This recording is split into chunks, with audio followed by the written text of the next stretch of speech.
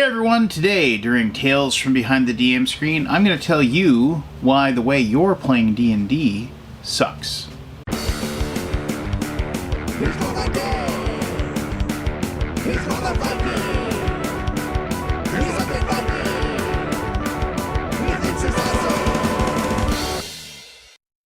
Hey everybody, welcome back. This is finally another episode of Tales from Behind the DM Screen. It's been a while since I've done one of these, and as I drop my children off for their last day of school before they get to enjoy the summer, I realized that this might be the last chance I have to do one of these while I don't have those miscreants running around the house and ruining any possible video timing that I would possibly have. So I figured this is an idea that this is a thing that's been rolling around in my brain a lot over the last few months, and I just, because of work and life and whatever, just haven't had a chance to really sit down and give it a whirl. But admittedly, the opening of this video was a little bit of a tease, if you will. And let's be fair, if you're watching this video, you've most likely followed my channel for quite some time. If not, hey, thanks a lot for joining up. Hit the old subscribe button and join the club here. But regardless, you and I are friends, theoretically, and like, at least you've been following me and you know that I don't really think that the way you play D&D sucks. I definitely wouldn't probably enjoy playing D&D sitting at your table, because the way I play D&D is a very small percentage of the total players of that role-playing game right now. Now, I absolutely adore the fact that role-playing games are as popular as they are right now. But to be truthful, they are dwarfed by, board gaming. They're dwarfed by, collectible card gaming, like Magic the Gathering, you know what I'm talking about. They're dwarfed by, like, people that play miniatures combat games, things like that. So it's a very small in comparison. But right now, D&D and other role-playing games are more popular now than they ever have before. And I kind of dig that. And I love the fact that people are kind of enjoying D&D for the first time ever. But the problem I have with what basically 5th edition D&D is, it stems from a lot of different things. And mostly it stems from what I would consider to be rules bloat. Meaning that there are rules that have to govern every single thing, every single possibility, every single issue that your characters are ever going to run into. Now, to be fair, I'm gonna rant a little bit about rules here for a while, but in my hypocritical nature, I avidly collect role-playing game books. I avidly collect role-playing game books with rules books, like Advanced Labyrinth Lore here, or Labyrinth Lore, then that's the advanced book. Adventure and Conquer a King, which doesn't get a lot of love, honestly. I actually really like the ACKS rule set. What I'm playing right now, Dungeon Crawl Classics. I'm running a campaign of DCC right now, which is pretty cool. A fabulous book that I'd suggest to anybody, just for like the artwork and the ideas behind it alone. This one, the Astonishing Swordsmen and Sorcerers of Hyperborea. That's kind of a mouthful to have to say, but it's really cool. Zweihander is a book that I have somewhere over here. Another great system. And then, of course, what got me into the hobby. The old this isn't my original box. My original box is somewhere buried deep in the recesses of my mother's home. One day I'll be able to spelunk its depths and discover it. It's probably trashed. I remember mine. This was my backup copy, actually, that I picked up many years later. But still, this is I believe this is the 1978 printing of this book. I might be incorrect, but regardless, this was what got me started. And this is when my brother came home and said that he had played Dungeons and Dragons for the first time ever. That's what I got. I got the old Mulvey set. I got the basic set of the rules, and it opened an entire world to me. It opened a fabulous place where my mind could go and where I could create these worlds or be a wizard or an elf or a fighter, and I could just escape for in an afternoon and go on adventures and stuff. And I'm not here to romantify, is that it? Romancify? Whatever. I'm not here to do that. What I'm here to say is that these rules right here, they might have some clunk to them, they might have some like rough edges or whatever, but you could, if you had this box with the rule book that's inside, this rule book right here, you could sit down and you could play a fabulous afternoon of D&D with these rules right here. But for whatever reason, like these rules here in this book with like because it's basically half and half. It tells you how to make characters, and then it tells you how to a bunch of monsters basically, and then it gives you some treasure, and that's all it is. And then I can still remember this haunted keep dungeon. Now, I mean, a lot of people reference, and here I am, I'm romantifying or romancifying or whatever. Like, this is what people remember, right? Because this was the module that was included with every single basic set. But I can remember, like, this was, and I'll always love this haunted keep dungeon that's located in here in this book. I remember going to my dad's house. My parents got divorced when I was very young. But I remember I took this box set with me, and I sat down to play it, and I was reading it, and my dad, I begged and begged and begged and pleaded until my father eventually agreed that he would sit down and play. And I put him through that haunted keep. And to this day, and I'm going to share this, and my father's still hilarious, and I'm probably going to be hanging out with him here this coming weekend. But there's a room here, I forget what it was, but it was a room that had some hobgoblins in it, if I can remember correctly. No, 4 goblins. And I remember they had like 100 gold pieces or something. Oh, here it is. They had 2 terrified prisoners. Here you go. It said, this is the office of the tower commander. Though all the furnishings have been removed, 2 terrified prisoners huddle in one corner, their hands and feet in chains. Guarding the prisoners are 4 hobgoblins, who will fight anyone who tries to rescue the prisoners. The largest hobgoblin has a locked iron box which contains 500 silver pieces and a jeweled necklace worth 1,100 gold pieces. And I remember my father, he made an adventuring party, and they defeated the hobgoblins.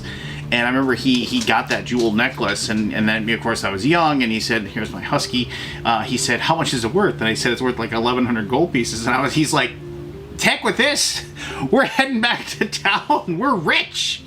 I was like, no, you have to continue fighting. He's like, nope, we're going back to town. I'm cutting my losses. We're taking the 1,100 gold piece jeweled necklace and the 500 silver, and we're gonna go retire. And I remember that actually, truthfully, that was actually a pretty good glimpse into adding some sort of like realism into the game a little bit. It's like, why are these people adventuring? Why would they continue to adventure? Why would they continue to do the process? Now, I remember I told him, you're there to rescue these prisoners that have been taken from your town, and like he's like, okay, fine, we'll continue looking for the prisoners. But I remember like thinking about that and thinking, that really makes a lot of sense. And here's the deal. Eventually, at some point, as a DM, you're going to reach a point, if you haven't already reached this, where like you're kind of strip away the rule set, you're going to strip away the game that you're playing, the world that you're in, the campaign that you're doing, and you're just going to look at like what the basics, and I'm using that word purposely for basic D&D. You're going to look at what the basics of D&D is, and then really any role-playing game. But it is a situation where you are going to tell one person what you want to do, and that person is going to tell you whether or not that works and whether or not it's successful. And in some cases, they may say, roll that weird-shaped die with 20 sides on it, and if you roll a 14 or better, you succeed. And that's it. That's what D&D is.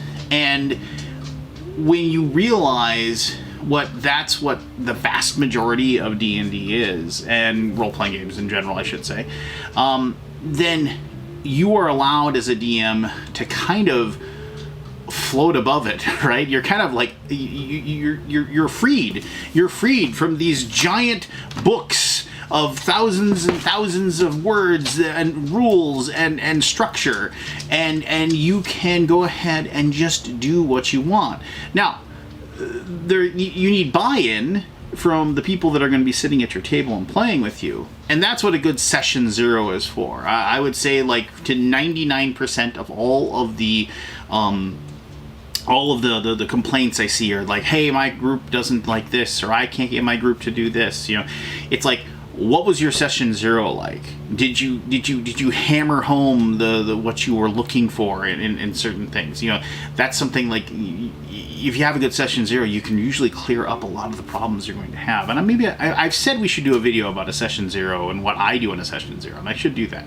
But moving ahead, the big thing is that if you have buy-in from your players, that they know you're going to be fair, and they know that you're going to be trying to give them a story that they're going to want to be a part of, then you are going to end up enjoying your game more, and your players are going to end up enjoying the game more, and there's going to be a level of trust that is built up, and there's going to be a level of accommodation and understanding and excitement that your players are going to have for when they are going to step in and play the game with you. Now, these are all things that where I'm leading to is like, why like, if you're watching this and you play like 5th edition D&D straight out of the book, and this goes for 4th edition D&D, and this goes for 3rd edition D&D, and I would say in a lot of cases it also goes for, even this set in some cases, and pretty much any rule set, is that you're probably playing it wrong. And you're playing it in a way that is limiting you as a dungeon master and limiting you as a player as well. When you have structure, when you have rules that are saying this is exactly what you can do. You can move 30. You can move 6 squares in this amount of time, and you can make 1 attack with a sword, and you can do this. And if you want to jump up on a table and to get advantage on somebody to attack, then you need to roll this to do this, and you need to roll that to do this, and that is not allowed because the rule book says you can't do that. And when you get into that mindset, instead of having the freedom to kind of experience the world that you've created and the freedom to demonstrate the world that you've created, you start closing that box and you start shrinking the options that you have. And I'm not saying that you can't have fun doing that. There are fantastic modules that are being created and being delivered to us. By the people at Dungeons and Dragons and by Hasbro, and and obviously, like, look at the enjoyment that Strahd, the Curse of Strahd is getting, and things like that. I mean, and those are fantastically written. I own most of those, if not all of them. I get them just to read because I find them very interesting to read, and they also give me ideas for when I want to run my own campaign. But the big thing is that you run into issues where, if you as the dungeon master want to say, you know what, I want to have this particular orc. I want them to be weaker, but I want them to have like this special power or what have you. Or if I want this dragon, this gold dragon, to actually be lawful evil and not good at all, that's when you run into this thing where people are like, the rules, the work shouldn't be like that. Metallic dragons don't do evil things, and I realize I'm making a funny voice and I'm making fun of that, but it seems to be that, like, I'm very fortunate in the fact that we have a gaming group that, one, we don't really play a lot of complete structured rule sets. I mean, we have our own rule set that we play a lot of, and lately we've just been playing Dungeon Crawl Classics just because we kind of like the gonzo message of it, and it's just to kind of cleanse our palate as we rewrite the rules that we use ourselves, because we're going through another rendition of it and we're going in and changing things. And in the meantime, before we playtest that, we wanted to just play a rule set that's out there, that is something new, something interesting that we haven't used before, and that's why we're playing DCC. But the thing is that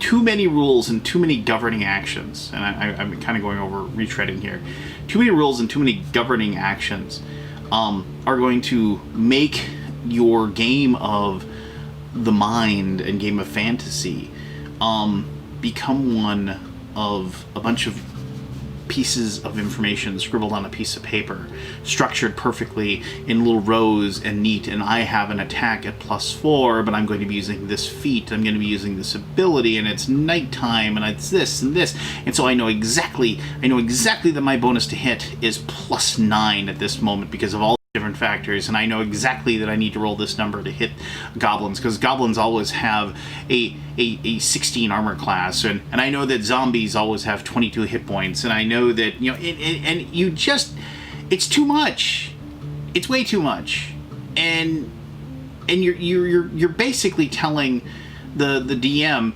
here's the sheet of what we're going to do today. You tell us whether you basically get to roll for the monsters, and we'll roll for us, and then we'll go from there. And why would you do that? I mean, I just, the whole idea behind D&D was that it wasn't structured, and it was fantastic, and you could literally do anything you wanted. You could use the rules located here. Strength, intelligence, wisdom, dexterity, constitution, charisma. You could use those abilities for anything you wanted.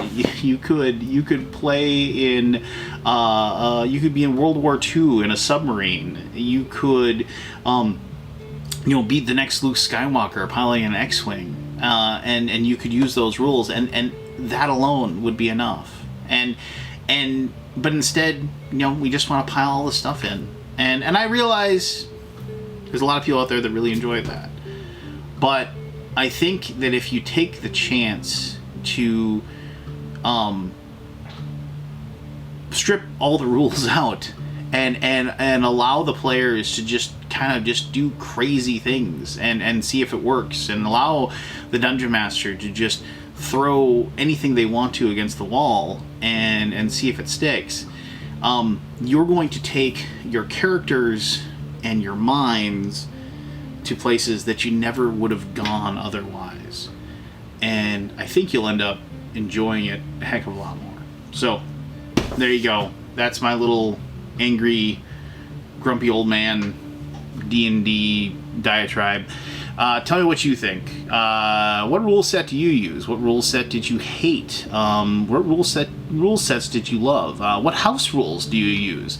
I'd love answers to any and all those questions. As always, thank you so much for taking the time to watch this video. If you could, please hit the old like button. If you haven't subscribed, and hit the bell or whatever, I would appreciate if you could do that as well. Enjoy your summer. Hopefully I'll do more of these. I'll have to do them after my kids go to bed, I suppose. But as a matter of fact, though, just spend as much time as you can this summer. You'll get outside, go fishing, go hiking, go do the things that you do when the weather is nice. But I mean, this is for obviously the Northern Hemisphere people that watch this. But when you go and do those things that you love, but make sure that you save a few evenings for having a few people sitting down at your table and exploring that dungeon that supposedly the beholder lies at the bottom, and he has the artifact that you're looking for. I think you'll have a lot of fun. All right, take care. Until next time.